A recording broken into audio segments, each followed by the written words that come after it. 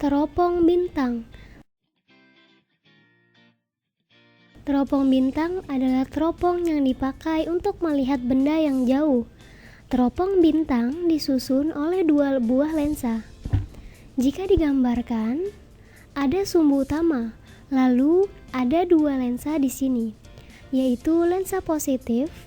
Lensa pertama yang menghadap ke objek bintangnya disebut dengan lensa objektif, sehingga fokusnya disebut dengan fokus objektif atau FOB. OB-nya di sini adalah objektif. Sedangkan pada lensa kedua yang dekat dengan mata disebut dengan lensa okuler, maka fokusnya disebut dengan fokus okuler. Sekarang bagaimana perjalanan sinar sehingga teropong bintang ini menghasilkan bayangan yang bisa dilihat oleh mata? Karena bendanya jauh, maka sinar-sinar yang datang adalah sejajar. Saya akan ambil contoh di sini adalah dua buah sinar. Sinar yang datang ke pusat lensa pertama akan diteruskan sampai pada lensa kedua. Itu adalah berkas sinar yang pertama. Kemudian saya ambil yang melalui fokus.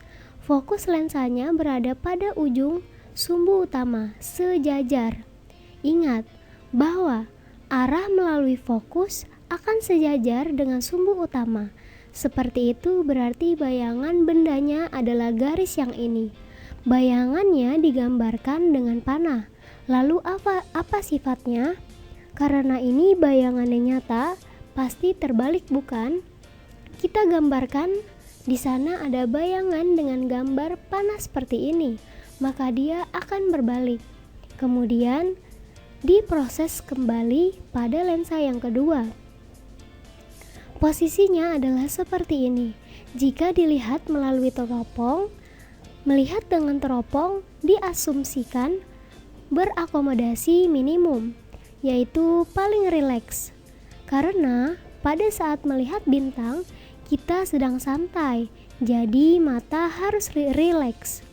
Jadi itu artinya apa? Jadi benda.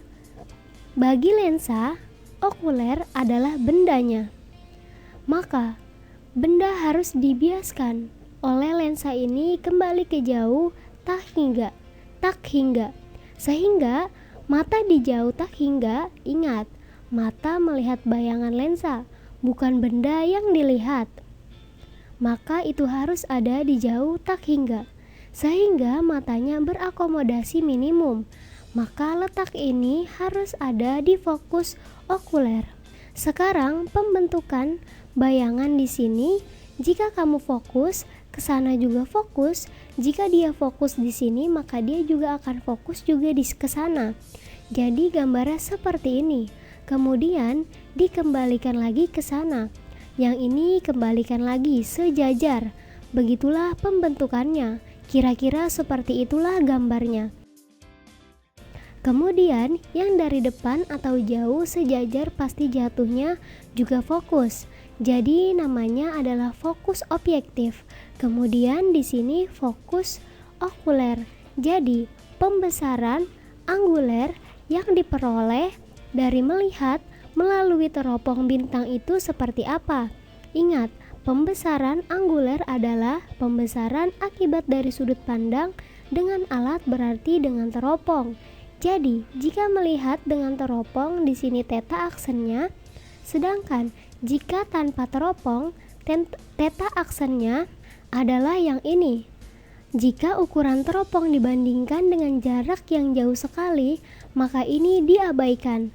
Maka sudut pandang bisa dianggap yang ini.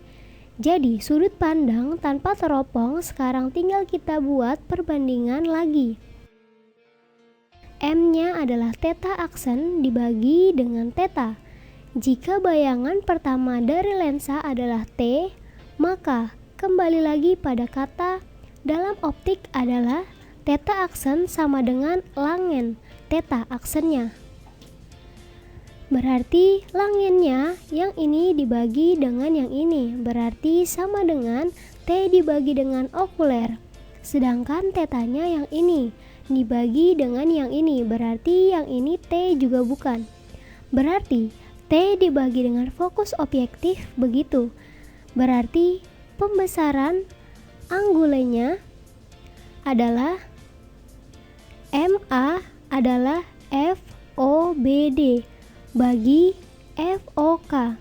Itulah pembesaran yang kita dapat untuk pembesaran angguler. Apabila kita melihat dari teropong bintang, sekarang tentang panjang teropongnya. Panjang teropong di sini adalah jarak antara objektif dengan okuler. Dari sini kemari itu adalah panjang teropong atau sering ditulis dengan D. Jadi D dari sini FOB, kemudian dari sini FOK. Jadi FOB tambah FOK itulah panjang teropongnya. Jadi seperti itulah kalau kita melihat dengan teropong bintang, pada anggulernya pembesaran FOB-nya tambah FOK. Satu hal lagi mengenai teropong bintang. Bagaimana tentang sifat bayangannya atau sifat bayangan keseluruhannya? Mudah saja, kita lihat dari proses pembentukan bayangannya dari awal. Pada pembahasan objektif berarti semua terbalik oleh lensa objektif, dibalik kemudian oleh okuler. Ini dilempar ke takhingga menjadi bayangan, akhirnya bayangan okulernya tegak. Maya tegak oleh okulernya.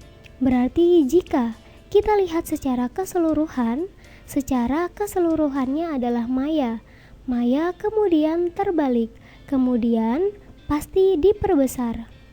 Pandangan melalui teropong harus diperbesar. Jika diperkecil tentu percuma.